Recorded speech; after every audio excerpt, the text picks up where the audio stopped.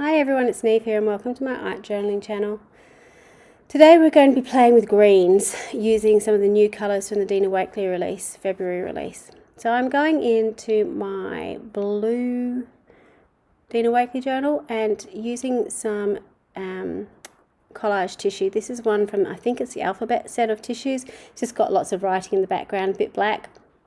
No rhyme or reason why I chose it, except I like writing and I wanted some contrast on the page. I had the black there, so having the white was I had the white there, so having some black on the page was good.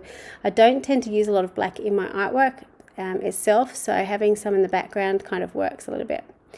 So I'm going in with the first of the new colours. This is the Sage, and it's a really lovely colour. It's quite opaque because obviously it's got a bit of whiteness to it or mixed through it, which works really well, but it's kind of works as a neutral, which I really like. So then is the Fur, which is a darker green, and then I've added in some of the Aloe, which is like a pastel-y colour with a green tinge to it. They work really well together. Oops, and then I've tore off my tissue, but then you just go and stick it back down again. All works well. Just add a bit of extra glue to glue it in. Use my finger to blend over the paints and then go back in and remove the paint.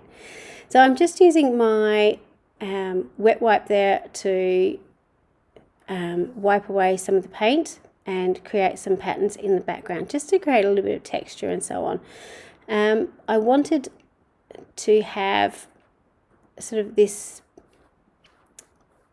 I suppose, calm, blended type of background. So nothing was really in your face. Usually when I do backgrounds like this, I've got lots of patches of colour, quite distinctive, where in this, because it's all monotone, it's much more sort of calming on the eyes, I suppose. I've just used a big paint pen to create the dot pattern across the background, and again you can sort of see I'm trying to lead the eye across the page by using that diagonal going across. So you've sort of got it with the black text in the background, and then you've got the white dots as well. Now I'm going in with this mask and stencil set, which is called Growing Things, and just adding in some silhouettes. So I'm moving it around to where I need to be. Now, while this looks deceiving, it looks like I'm doing black on the page, it's actually called Payne's Grey. So Payne's Grey is not a true black, but it comes across on a page as a black, but it's just not quite as in your face as if I'd used sort of black gesso on this page. So it's a really good way to sort of have that darkness on your page without it being completely overpowering. Now in something like this, having pure black on the page really wouldn't be too much of an issue, but sometimes on pages having lots of black is just a little bit too much, so having a contrast, having this Payne's Grey colour is really, really useful.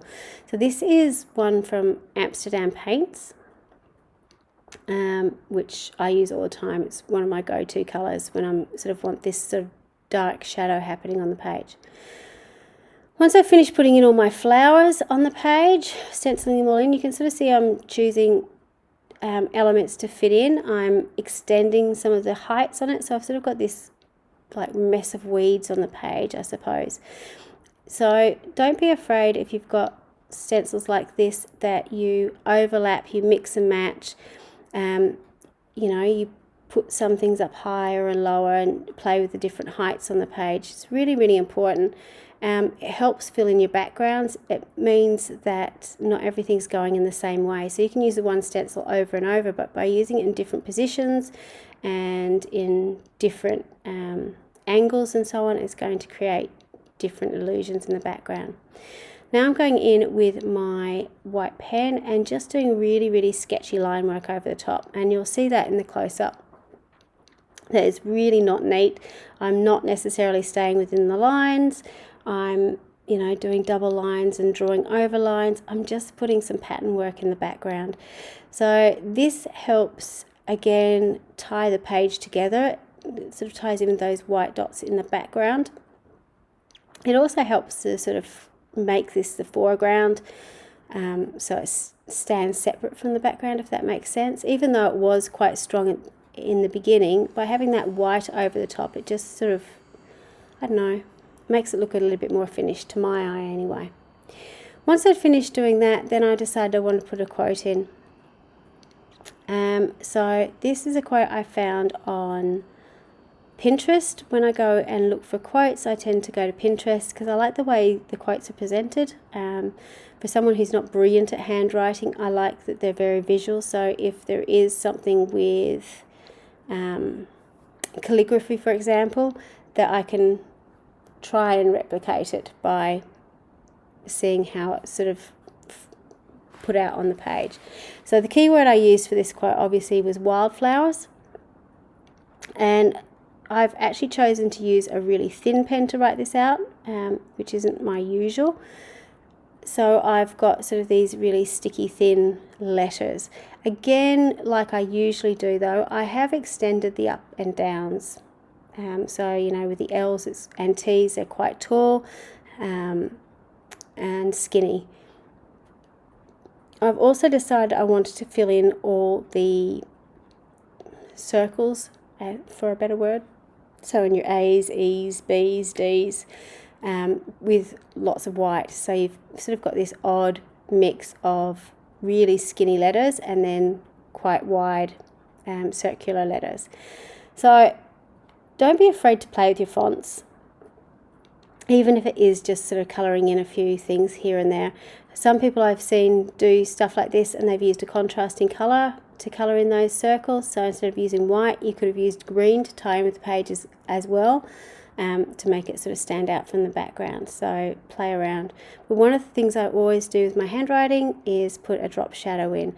So while it looks very fiddly, doing this on very thin, skinny letters, it makes a huge difference when you see the close-up. It sort of really pushes it out from the background, particularly these last words where they're sort of white over white. It helps it just be a little bit more readable. So we've got beautiful wildflowers, be free and rich for the sun, and live in all your untamed beauty. So you can see beauty, if I hadn't done that black around it, would have sort of maybe blended in with the background a little bit too much. Now here's the finished piece. So quite calm and restful using those new colours in the background. Lots of fun to do, really easy to create your own. If you didn't have the stencils of the flowers, that's something you could sort of print out and cut out around and create your own little stencil pretty easily to create something similar. Thank you so much for watching. Until next time, bye for now.